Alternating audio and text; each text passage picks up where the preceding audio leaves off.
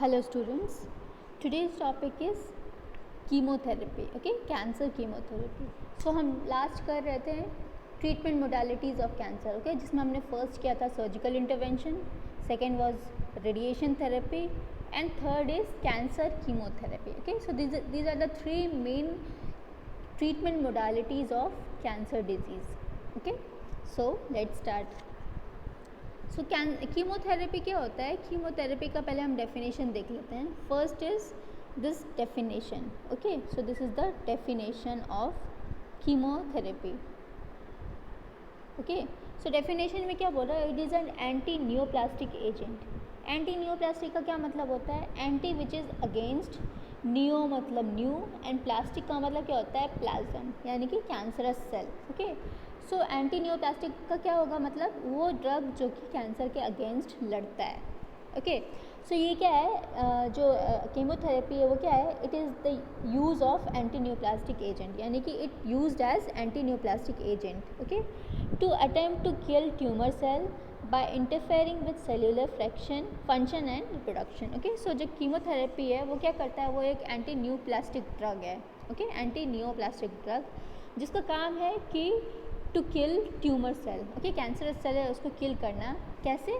Bye interfering with cellular function and reproduction, यानी कि क्या करेगा? जो एंटी न्यूप्लास्टिक एजेंट है वो क्या करेगा? इंटरफेयर करेगा सेल्स के साथ, सेल्यूलर फंक्शन के साथ. एंड कैसे काम करेगा? जो सेल है उसको रिप्रोड्यूस नहीं होने देगा, यानी कि मल्टीप्लाई नहीं होने देगा anti neoplastic agent. Okay, so ये क्या है? Definition of chemotherapy. ओके, ना नेक्स्ट इज इंट्रोडक्शन. पहले हम ये पढ़ेंगे कि जो कीमोथेरेपी है उसका इंट्रोडक्शन वो कहाँ से कैसे स्टार्ट हुआ था. ओके, सो जो कीमोथेरेपी है वो यूज़ हुआ था word in 1940. Okay, so use of chemicals to treat cancer began in early 1940s. 1940s में क्या हुआ था? कुछ केमिकल्स को इंट्रोड्यूस किया गया था, बिगिन किया था, यानी स्टार्ट किया था कैंसर को ट्रीट करने के लिए. ओके, देन इन 1948 में क्या हुआ? कैंसर ट्रीटमेंट तो तभी चल ही रहा था कुछ केमिकल के साथ में, बट उसके बाद में 1948 में क्या हुआ? एक nitrogen mustard. Okay, it is a form of chemotherapy जो इसका इंट्रोडक्शन हुआ. ठीक है, एंड इसके आने से क्या हुआ? जो कीमोथेरेपी है वो मॉडर्न कीमोथेरेपी बन गया. ओके, ना नेक्स्ट क्या है? It is the only last 10 to 15 years, however, the chemotherapy has become the major treatment modality. Okay, यानी कि सिर्फ 10 से 15 साल में ये जो कीमोथेरेपी है वो मेजर ट्रीटमेंट मोडालिटी बन गया कैंसर को ट्रीट करने के लिए. Okay, so there are three main treatment modalities. First is surgery, second is radiation therapy, then third is chemotherapy. ठीक है, तो इन तीनों ट्रीटमेंट मोडालिटीज़ के अलावा भी कुछ ऐसे मोडालिटीज़ हैं.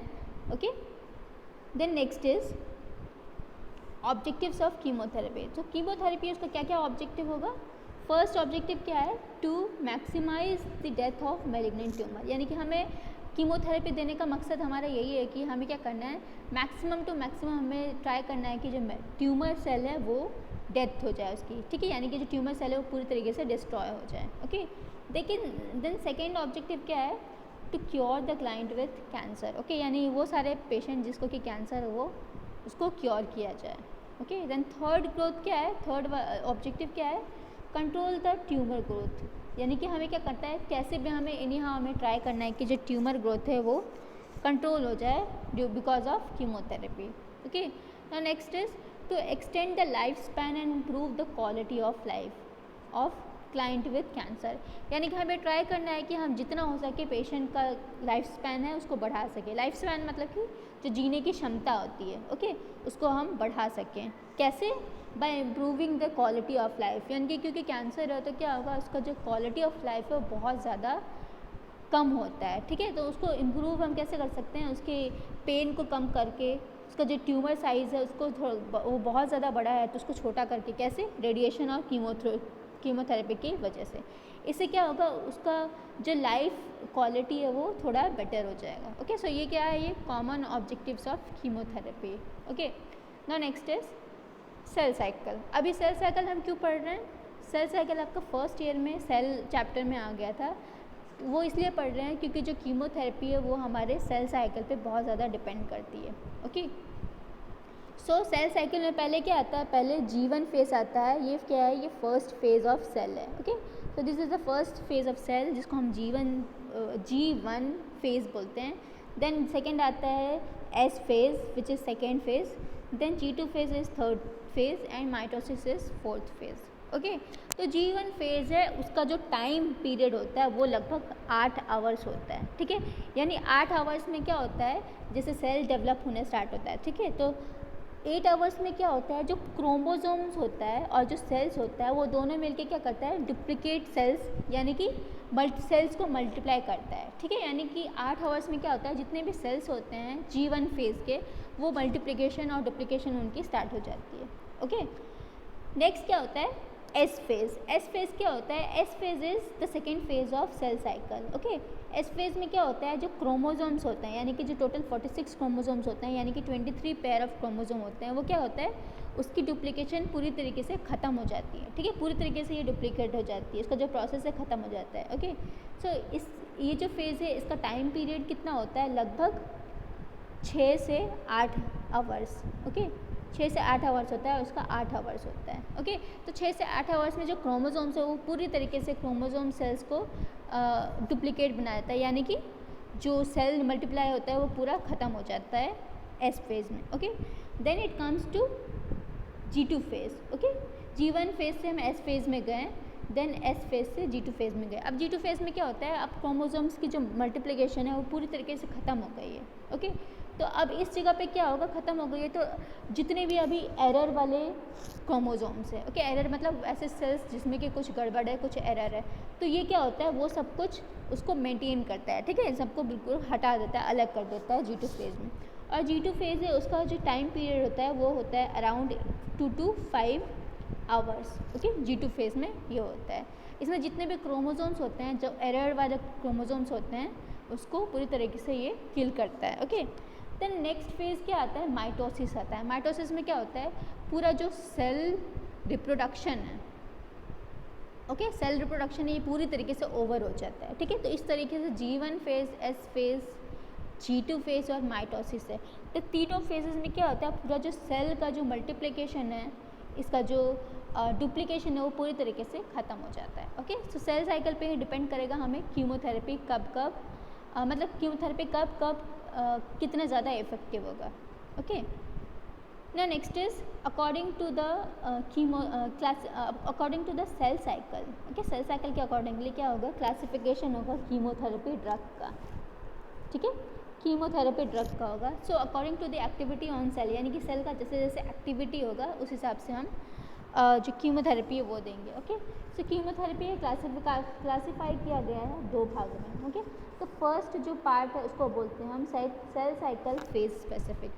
ओके, फर्स्ट पार्ट को बोलते हैं हम cell cycle phase specific and दूसरे को क्या बोलते हैं हम, cell cycle phase non specific. Okay, तो सेल साइकिल फेज स्पेसिफिक में क्या होता है, जैसे मैंने G1 फेज़ पढ़ाया था, G1 फेज़ का जो जो फेज़ का जो टाइम पीरियड होता है वो 8 आवर्स होता है। ठीक है, 8 आवर्स होता है।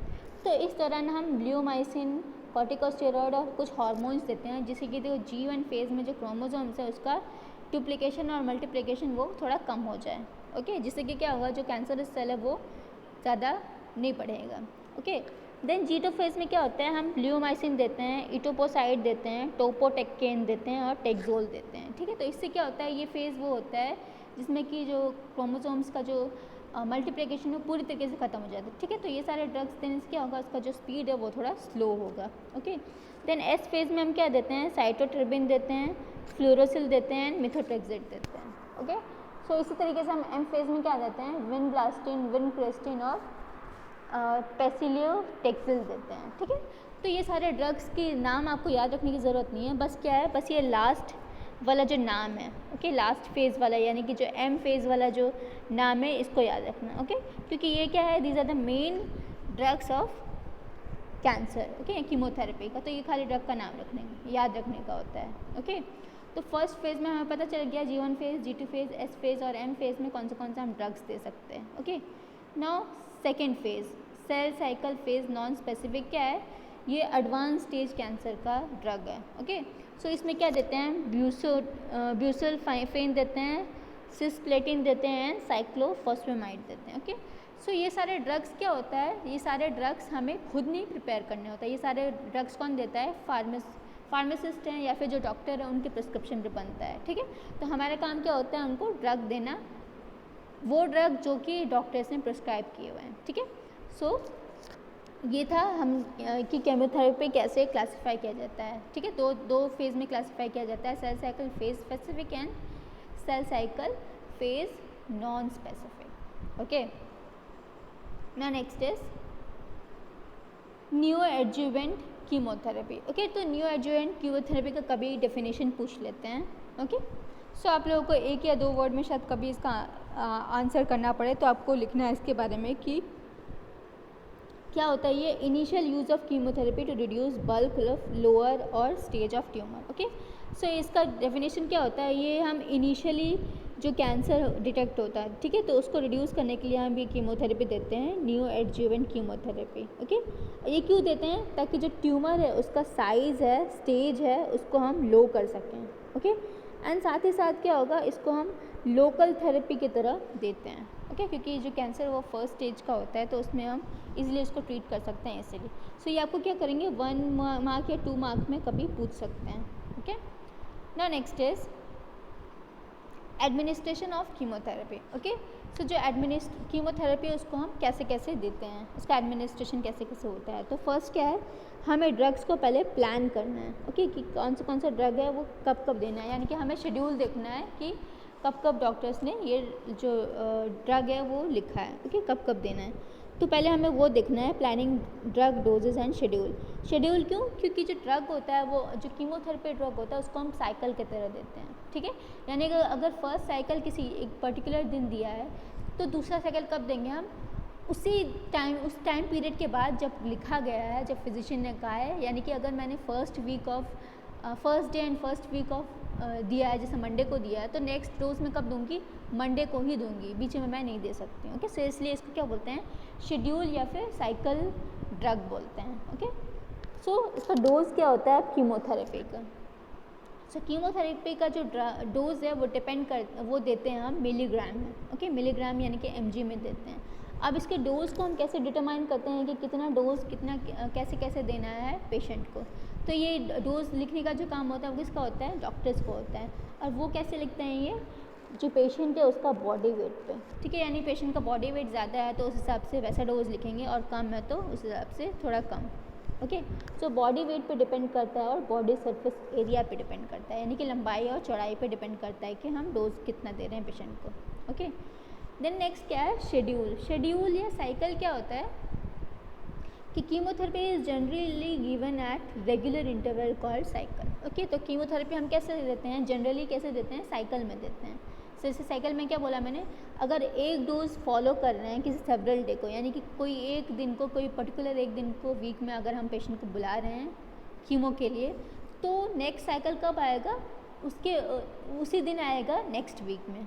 ठीक है, इसके बिना हम साइकिल के बिना हम कीमोथेरेपी नहीं दे सकते हैं। ओके, सो जो कीमोथेरेपी है वो कैसे देते हैं, हम शेड्यूल में देते हैं और साइकिल में देते हैं। ओके, ना next is administration of chemotherapy, यानी कि इसका क्या है, ये इसका रूट है। ओके, यानी कि कीमोथेरेपी हम कौन से रूट से दे सकते हैं। ओके, ये रूट है। तो फर्स्ट रूट क्या है, ओरल रूट हमें पता है जो हम मुंह से देते हैं। ओके, देन सेकंड क्या है, इंट्रावेनस, जो कि हम वेन के थ्रू देते हैं। अब वेन क्या है, ये वेन वाला सबसे कॉमन है। ओके, सबसे ज़्यादा कोई कॉमन रूट है तो वो वेन है। ओके, तो इसमें हम एंजियो कैथेटर के थ्रू देते हैं, पिक लाइन के थ्रू देते हैं। ओके, तो ये दोनों क्या है, ये दोनों वे है जिससे कि हम जो कीमोथेरेपी है वो पेशेंट में इंट्रोड्यूस करते हैं। Okay, now next is subcutaneous is from subcutaneous, यानी कि जो स्किन का जो सबक्यूटेनियस लेयर होता है उसके थ्रू देते हैं। ओके, नेक्स्ट इज इंट्रावेंट्रिकुलर और इंट्राथिकल रूट। ओके, यानी कि वेंट्रिकल के थ्रू भी हम जो कीमोथेरेपी है वो देते हैं।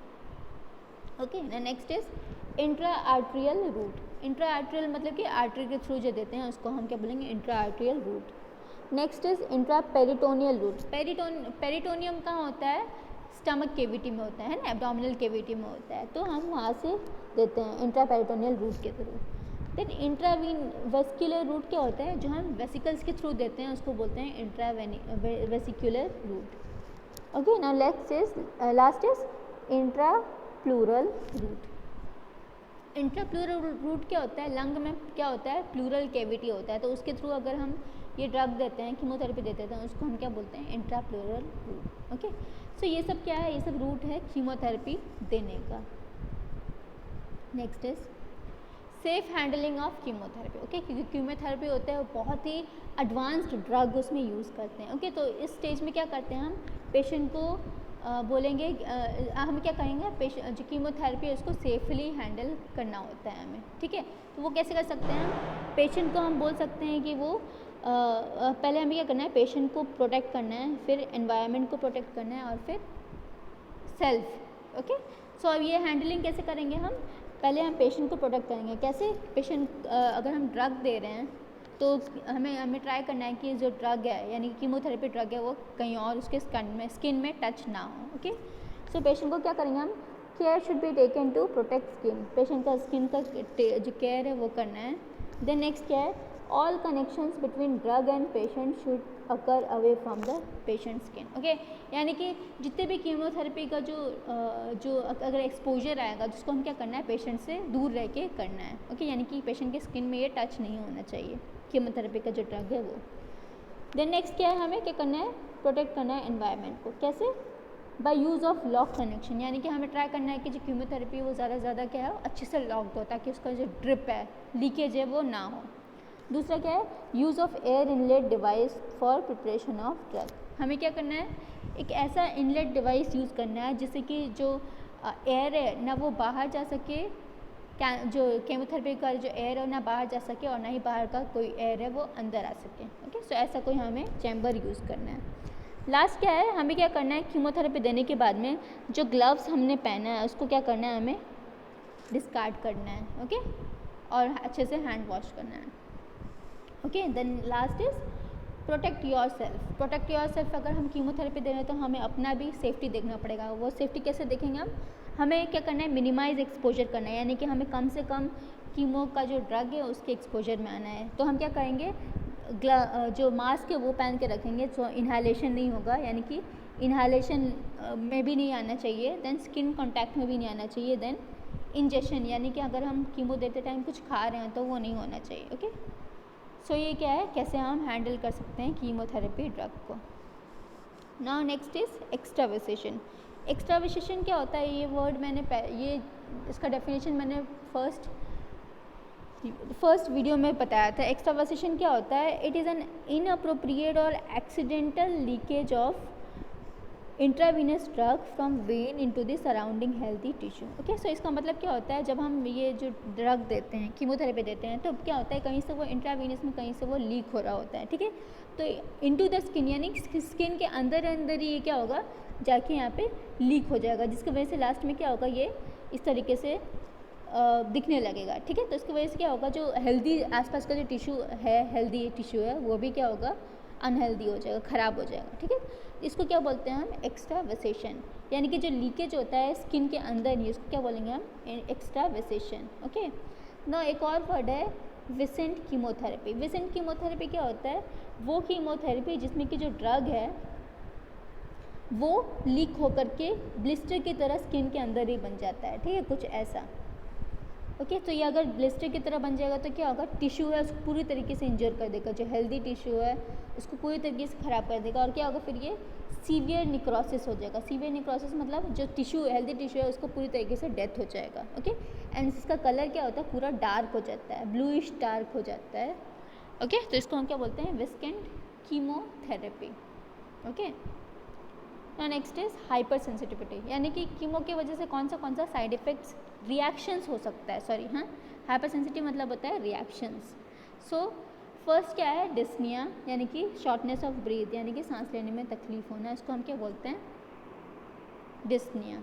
Okay, now next is tachycardia. Tachycardia means जो पल्स रेट है उसका बहुत फास्ट हो जाना, उसको क्या करते हैं हम, tachycardia. Okay, then chest tightness, यानी कि चेस्ट पेन होता है, उसको बोलते हैं। ओके, देन डिजीनेस, डिजीज मतलब कि चक्कर आना। देन प्रोराइटिस, प्रोराइटिस में क्या होता है, जो पस होता है उसमें इन्फेक्शन लगती है, ठीक है, तो उसको हम प्रोराइटिस बोलते हैं। देन हमें एंजाइटी क्या होता है, बहुत ज़्यादा घबराहट होना, उसको एंजाइटी बोलते हैं। Then inability to speak. Then nausea, nausea हमें पता है वॉमिटस फीलिंग होती है, इसको क्या बोलते हैं, हम नौसिया बोलते हैं। देन एब्डोमिनल पेन यानी कि पेट दर्द। देन हाइपोटेंशन, हाइपोटेंशन मतलब कि जो बीपी है उसका लो होना, ठीक है, डिक्रीज़ होना, उसको हम बोलते हैं हाइपोटेंशन। देन क्लाउडी सेंसोरियम मतलब कि जो ब्लर दिखने में है ना, क्या होगा, कुछ साफ नहीं दिखेगा, ब्लरी सा दिखेगा, ठीक है, उसको बोलते हैं। देन लास्ट क्या है, फ्यूज्ड अपीयरेंस एंड साइनोसिस यानी कि चक्कर आना जिसको बोलते हैं वो। ओके, तो ये सब क्या है, इसका रिएक्शंस है किसका, कीमोथेरेपी का। ओके, सो अगर आपको रिएक्शंस दिखता है, हाइपर सेंसिटिविटी दिखता है पेशेंट में कीमोथेरेपी का, तो आप क्या करोगे, सबसे पहले आप चीज़ें ये करोगे कि पहले ड्रग को रोक दो। ओके, जो भी ड्रग जा रहा है, कीमो का जो ड्रग जा रहा है उसको हमें क्या करना है, स्टॉप करना है। ओके, देन इसके बाद हमें क्या करना है जो आईवी है, ओके, आईवी है उसको कंटिन्यू करना है, ठीक है, यानी कि आईवी जो पहले वाला जो कीमो था उसको बंद करके फिर क्या करना है, हमें नॉर्मल सलाइन का आईवी चढ़ाना है। ओके, स्टार्ट करना है पेशेंट। देन नेक्स्ट क्या करना है, हमें पेशेंट को जो फिजिशियन है, ठीक है, यानी कि जो पेशेंट का जो डॉक्टर है उसको हमें क्या करना है, जल्दी से जल्दी बताना है, इन्फॉर्म करना है। ओके, नोटिफाई करना है। देन नेक्स्ट क्या आएगा, नेक्स्ट आएगा कि हमें क्या करना है, एयरवे मेंटेन करना है, यानी कि अगर पेशेंट को अगर डिस्निया या फिर सांस लेने में तकलीफ हो रही है तो हमें क्या करना है, उसको एयरवे यानी कि ऑक्सीजन प्रोवाइड करना है। ओके, और पेशेंट को क्या देना है, सुपाइन पोजीशन देना है। ओके, ना नेक्स्ट क्या है, पेशेंट को एडमिनिस्टर करना है क्या, कौन सा ड्रग, जो एलर्जिक ड्रग होता है ना वो देना है, एंटी एलर्जिक ड्रग, ठीक है, जैसे कि एपिनेफ्रिन है, अमाइनोफाइलिन है, डाइफिनाइल हेट्रामाइन है, ठीक है, ये सब क्या है, एंटी एलर्जिक ड्रग है, तो हमें वो देना है पेशेंट को। Okay, now next is side effects of chemotherapy. Okay, so chemotherapy उसका बहुत सारा साइड इफ़ेक्ट्स होता है। Okay, so first side effect क्या है, माइलो सप्रेशन, यानी कि जो माइलिन शीट है उसका सप्रेशन होना, यानी कि डिक्रीज़ होना। देन फटीग, फटीग इज थकावट। Okay, then nausea and vomiting, and फिर स्टोमेटाइटिस एंड म्यूकोसाइटिस। स्टोमा का मतलब होता है टंग। ओके, टंग होता है, तो इन्फेक्शन, टंग में जब इन्फेक्शन लगेगा उसको क्या बोलते हैं, स्टोमेटाइटिस। ओके, देन क्या है, म्यूकोसाइटिस, म्यूकोसाइटिस होता है म्यूकस मेम्ब्रेन की इन्फेक्शन होना। ओके, उसको म्यूकोसाइटिस बोलेंगे। Then pulmonary toxicity, pulmonary means, pulmonary मतलब होता है लंग्स, ठीक है, this word pulmonary is related to lungs. Okay, so अगर लंग्स रिलेटेड कोई टॉक्सिसिटी होती है इसको हम बोलेंगे पल्मोनरी टॉक्सिसिटी। टॉक्सिसिटी क्या होता है, मतलब किसी एक पर्टिकुलर ड्रग का जो डोज है वो ओवरडोज हो जाता है ना, उसको बोलते हैं हम टॉक्सिसिटी। ओके, यानी कि वो पॉइजनस हो जाता है। Then next is renal toxicity. Okay, renal toxicity is अगर नेफ्रॉन रिलेटेड या किडनी रिलेटेड कोई टॉक्सिसिटी होगा उसको हम क्या बोलेंगे, renal toxicity. Okay, then next is neurotoxicity, sorry, neurotoxicity क्या होता है, जो ब्रेन में जो न्यूरॉन्स होता है ना उसकी टॉक्सिसिटी होना। ओके, देन नेक्स्ट क्या है, कार्डियोटॉक्सिसिटी, तो कार्डियो मतलब हार्ट रिलेटेड जो टॉक्सिसिटी होगा उसको बोलेंगे। Then next is alopecia, alopecia is hair loss. Okay, then taste में कुछ चेंजेस आएगा, टेस्ट यानी कि हम कुछ खाएंगे उसमें कुछ टेस्ट नहीं होगा, कुछ चेंजेस होगा। एंड स्किन में भी चेंजेस होगा, स्किन में क्या क्या चेंज होगा, hyper pigmentation. Okay, hyper pigmentation का मतलब क्या होता है, जो स्किन का कलर है वो क्या होगा, पिगमेंटेड होगा, यानी कि कहीं पे बहुत ज़्यादा दाग जैसा डार्कनेस सा दिखेगा। ओके, देन नेक्स्ट क्या है, नेल डिस्कलरेशन। नेल डिस्कलरेशन मतलब जो नेल है उसका कलर क्या होगा, डिस्कलर होगा, मतलब बहुत डार्क हो जाएगा या बहुत ज़्यादा लाइट होगा। Okay, then dermatitis, dermatitis is skin infection. Then fingertip ulceration, fingertip ulceration मतलब कि जो फिंगर है उसका, फिंगर टिप है उसमें अल्सर होना। ओके, देन नेक्स्ट क्या है, फिंगर फोटोसेंसिटिविटी, यानी कि हमें जो लाइट है उससे क्या होगा, वो उससे बहुत ज़्यादा हमें अफेक्ट करेगा। ओके, तो ये सब क्या है, side effect of chemotherapy. Okay, इसमें से आपको सब याद रखने की ज़रूरत नहीं है, कुछ 6-7 ले लेना जो इजी लगे आप लोगों को और फिर वो लिखना है।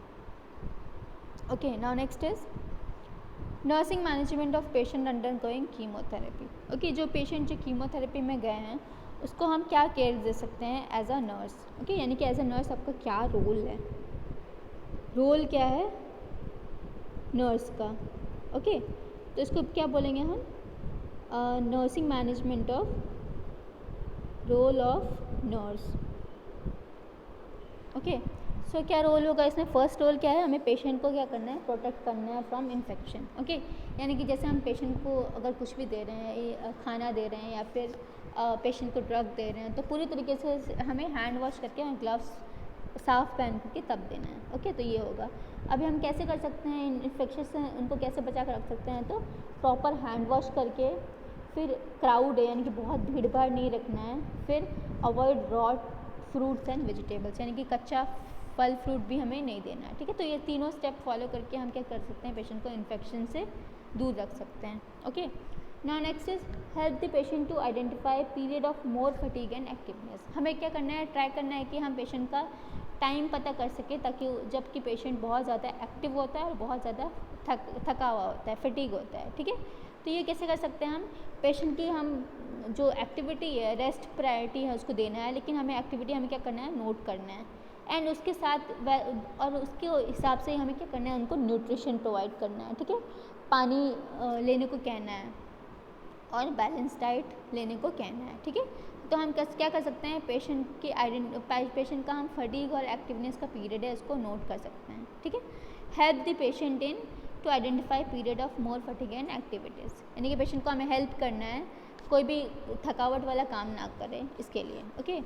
देन नेक्स्ट क्या है, हमें क्या करना है, एंटी एमेटिक ड्रग देना है पेशेंट को। एंटी एमेटिक ड्रग क्यों, क्योंकि जो कीमोथेरेपी है उसकी वजह से जो नॉसिया वॉमिटिंग है वो बहुत ज़्यादा फील होगा, ठीक है। तो उसके लिए हम क्या करना है, उनको एंटी एमेटिक ड्रग देना है, और साथ में पेशेंट को क्या बोलना है, हमें उनको कहना है कि जो वो लाइट मील ले, यानी कि लाइट खाना खाए, ओके। एंड साथ ही ज़्यादा जो क्या बोलते हैं मसाला वाला खाना है वो भी ना लें, ओके।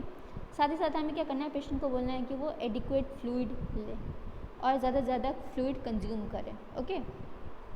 ना नेक्स्ट इज हमें पेशेंट को क्या करना है, लो फाइबर डाइट लेने के लिए कहना है। अब लो फाइबर डाइट क्यों, क्योंकि पेशेंट को क्या हो सकता है, डायरिया भी हो सकता है, इसीलिए, ओके। अब लो फाइबर डाइट क्या होता है, जैसे कि जो फ्रेश फ्रूट होता है, वेजिटेबल्स होता है, उसमें बहुत ज़्यादा क्या होता है, फाइबर्स होते हैं, ओके। सो नेक्स्ट क्या है, patient should be taught to maintain record of episodes of diarrhoea and food that cause diarrhoea, okay. तो हमें क्या करना है, पेशेंट को हमें ये एडुकेट करना है, टॉट करना है कि पेशेंट का है ना अपना खुद का रिकॉर्ड मेंटेन करें, किस चीज़ का, कि वो कब कब उसको कितने टाइम्स डायरिया हुआ है, उसने क्या क्या खाया है, ओके। तो ये हमें क्या करना है, पेशेंट को नोटिफाई करने के लिए बोलना है, ओके। सो ये क्या था, नर्सिंग मैनेजमेंट था, ओके। अभी नर्सिंग मैनेजमेंट में आपको ये अंदर के जो पॉइंट्स है ये लिखने की ज़रूरत नहीं है, ओके। सिर्फ फर्स्ट में आप लिखना, सिर्फ ये फर्स्ट है, सेकंड है, थर्ड है, देन इसमें क्या करना है आपको, इसमें सिर्फ ये फर्स्ट 3 पॉइंट्स लिखोगे तो टोटल क्या होगा, टोटल इसमें अच्छे खासे पॉइंट्स बन जाएंगे, ठीक है। तो ये फर्स्ट के ही सिर्फ 3 पॉइंट लिखना, बाकी आप सिर्फ हेडिंग लिख सकते हो, जैसे कि ये और this one, okay, 4th and 5th, okay. So ये आप खाली ये पॉइंट्स लिखोगे तो भी चलेगा, ओके। सो ये हमारा क्या था, रोल ऑफ नर्स था, यानी कि nursing management of patient with chemotherapy, okay. Thank you.